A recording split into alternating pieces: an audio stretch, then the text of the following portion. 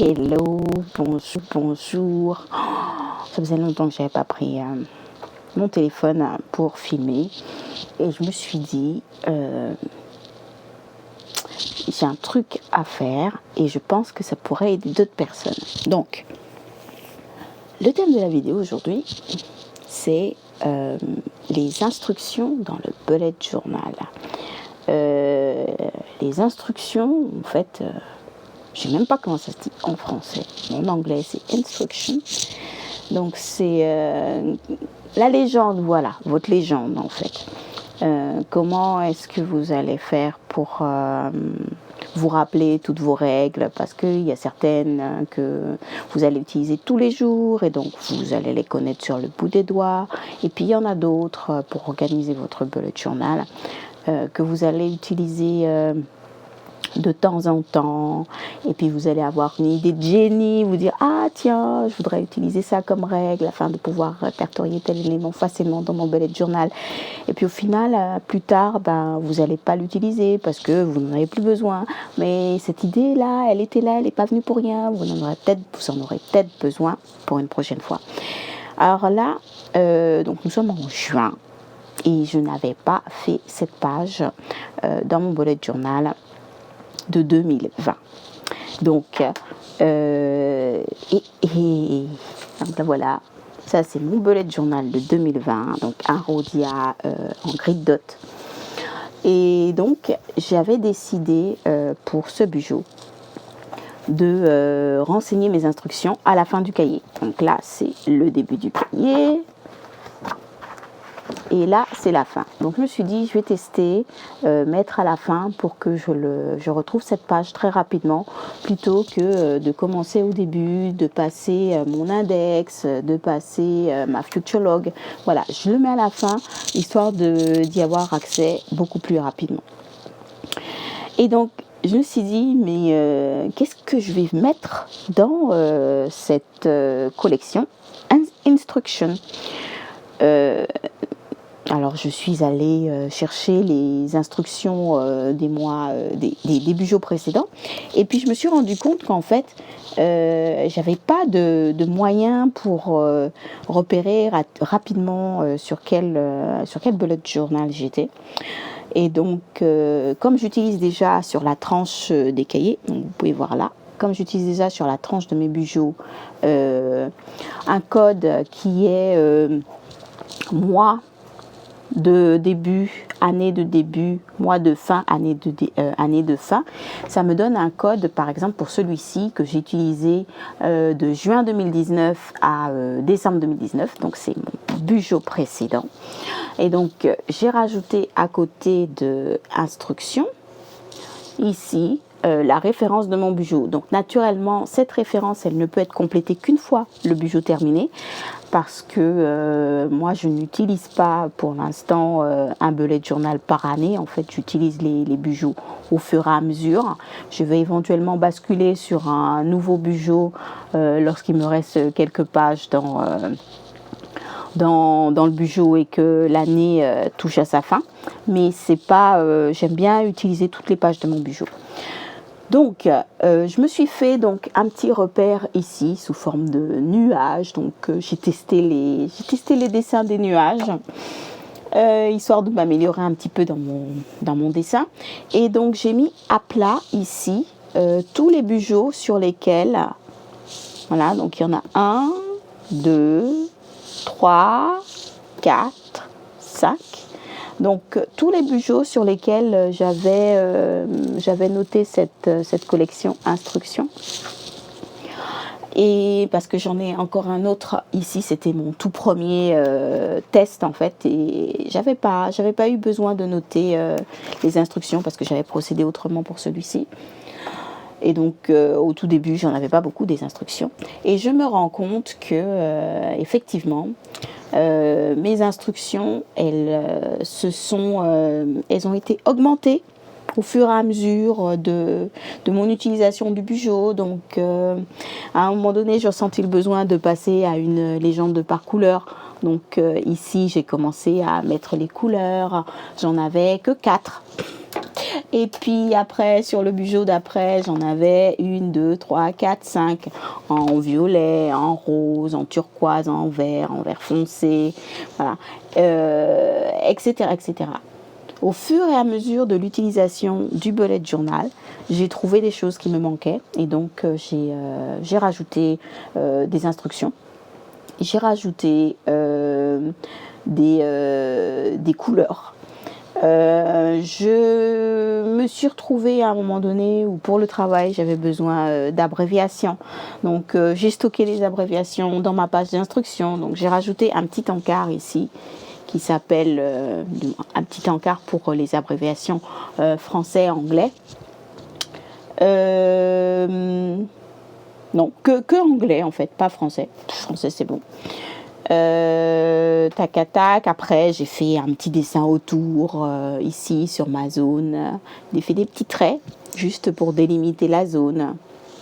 On ne doit pas voir très bien, ça a l'air un peu flou, c'est pas grave. Et donc aujourd'hui je me suis posée et je me suis demandé mais comment est-ce que je vais organiser cette nouvelle page, parce que elle est belle, j'aime bien les nouvelles pages, j'aime bien commencer sur une page blanche, elle est belle et j'aimerais utiliser en fait tout ce que j'ai déjà fait avant pour pouvoir faire une page qui me corresponde, surtout que là je n'ai qu'un format plus petit. Je vais montrer autrement. Hop, mon format, il est plus petit maintenant. Avant, j'avais des cahiers grands comme ça. Et maintenant, les pages de mon cahier sont... Ce qu'on voit, les pages de mon cahier sont beaucoup plus petites, beaucoup plus étroites. Donc, il faut que je trouve un condensé afin de pouvoir organiser ma page d'instruction autrement. Donc, première chose, c'est comme dans le désencombrement. Quand vous voulez faire le tri, quand vous voulez organiser les choses, première chose à faire, première astuce, c'est vous vider vos placards entièrement. Donc, vous n'avez pas vidé toute la maison. Mais là, je veux m'occuper des instructions. Donc, je suis allée récupérer toutes mes instructions précédentes, histoire de voir ce que je mets à l'intérieur, ce que j'aime moins, ce dont j'ai besoin et ce dont je peux me débarrasser. C'est le même principe. Ça marche en désencombrement, ça marche en réorganisation du bullet journal. Et c'est ce que j'aime dans le bullet journal. C'est à un moment donné, prendre un temps pour faire le point sur ce que j'ai mis en place, ce que j'ai apprécié, ce que je veux améliorer et ce qui ne me plaît pas. Sachant que ce qui ne me plaît pas aujourd'hui peut me plaire demain. Voilà, c'est tout un cheminement, le bullet journal. Et donc, je me suis rendu compte qu'en fait, dans ma collection Instruction, j'ai 3 sections, en fait. J'ai une section avec les points, les croix, les ronds, les yeux, les migrations, les aller voir la page, la référence à un bullet journal précédent.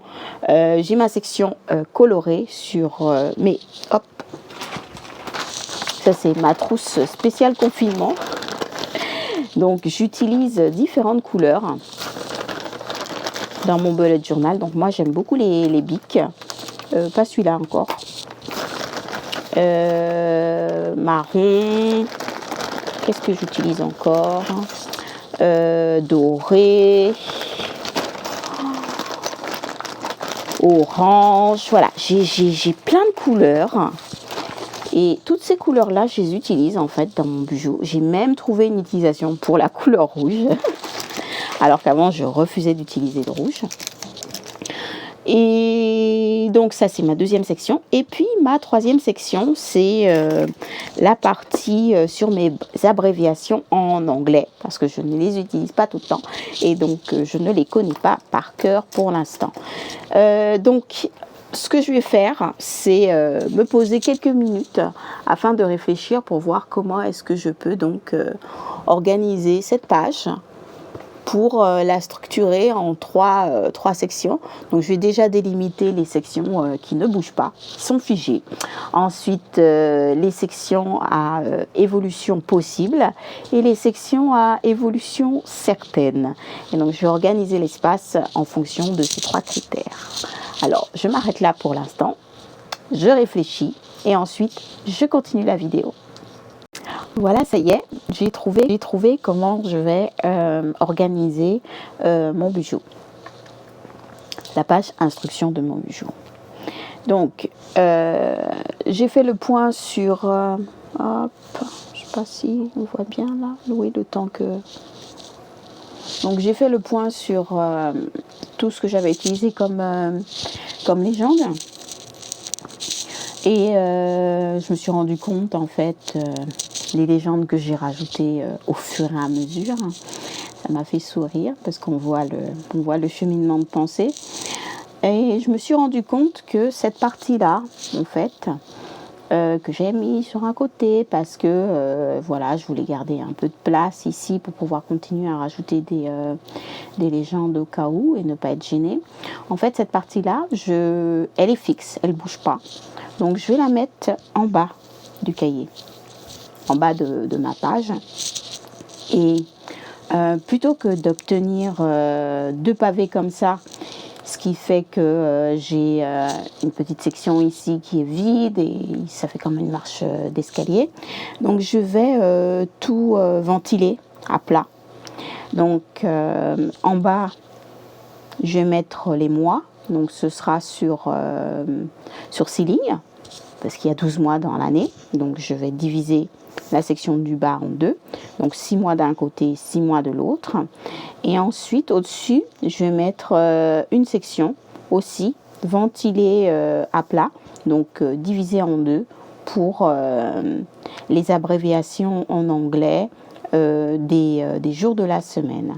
Donc je devrais me retrouver avec une section comme ça. Donc 1, 2, 3, 4, 5, 6. Hop. 1, 2, 3, 4. Hop. Donc une section à partir d'ici, sur le bas, où j'ai mes jours de la semaine, abréviation en anglais, et mes mois de l'année, abréviation en anglais. Et donc après, il me reste toute cette partie à ventiler sur mes instructions et ma légende. Alors, qu'est-ce que j'ai? Donc, j'ai 1, 2, 3, 4, 5, 6, 7, 8, 9, 10. Oups. 1, 2, 3, 4, 5, 6, 7, 8, 9, 10, 11, 12, 13, 14, 15, 16, 17, 18, 19, 20. Donc j'en ai 20. 20, ça me fait 10 cm. Alors, 10 cm, ça laisse pas beaucoup de place, hein. Ça fait 10 cm ici. Et donc, je vais ventiler. Hop, si je prends 10 cm, j'arrive ici. Donc, il me reste cette petite partie pour pouvoir ventiler mes couleurs. Donc, je vais chercher une astuce afin de pouvoir profiter au maximum de l'espace qui va me rester. Donc, allez, hop, je teste. Et puis, de toute façon, si ça ne me convient pas, je changerai dans mon prochain bijou. Ça y est. Ça y est. J'ai fini ma page instruction. Donc, sur le bas, je vais essayer de rapprocher un petit peu. Pousser tout ça par là. Hop.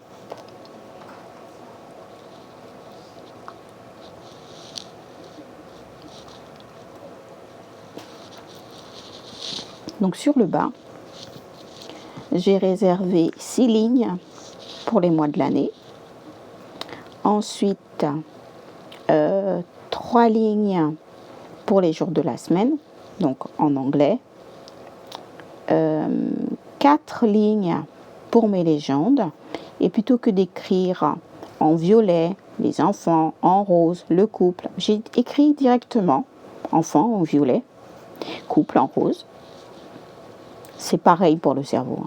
Il comprend encore plus vite comme ça. Ensuite, donc j'avais suffisamment de place pour pouvoir mettre toutes les légendes que j'utilisais déjà et qui étaient notées sur mon bijou précédent. Et j'en ai profité pour faire un tour dans ce bijou-là afin de voir quelles étaient les nouvelles légendes que je pouvais ajouter.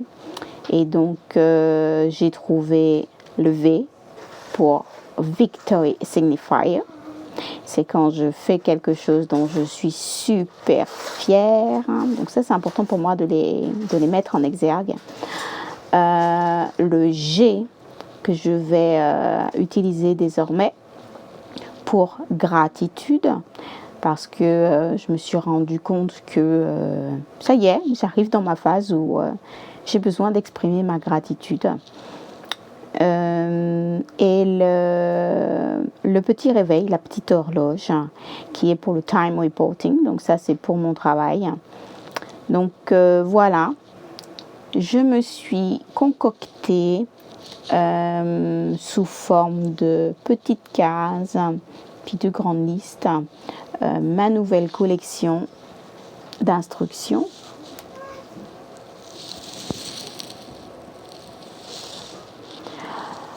Et donc voilà, dans mon bijou, j'ai enfin les instructions et je ne vais plus avoir besoin d'aller chercher dans mes bijoux précédents pour savoir, mince, ça déjà, je faisais en quelle couleur.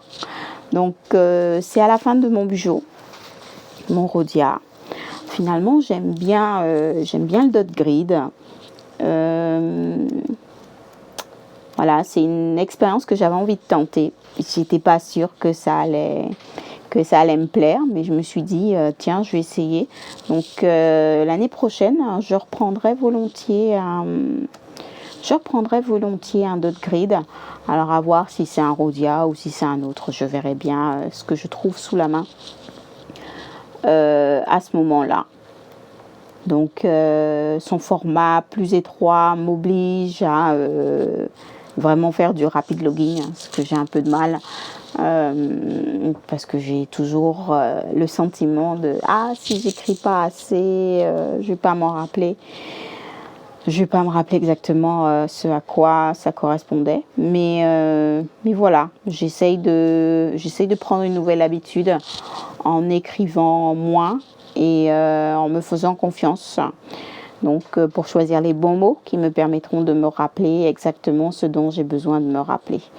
Donc voilà, c'était ma vidéo partage sur comment est-ce que ce que je mets à l'intérieur de mes instructions, de ma légende, de mon bullet journal.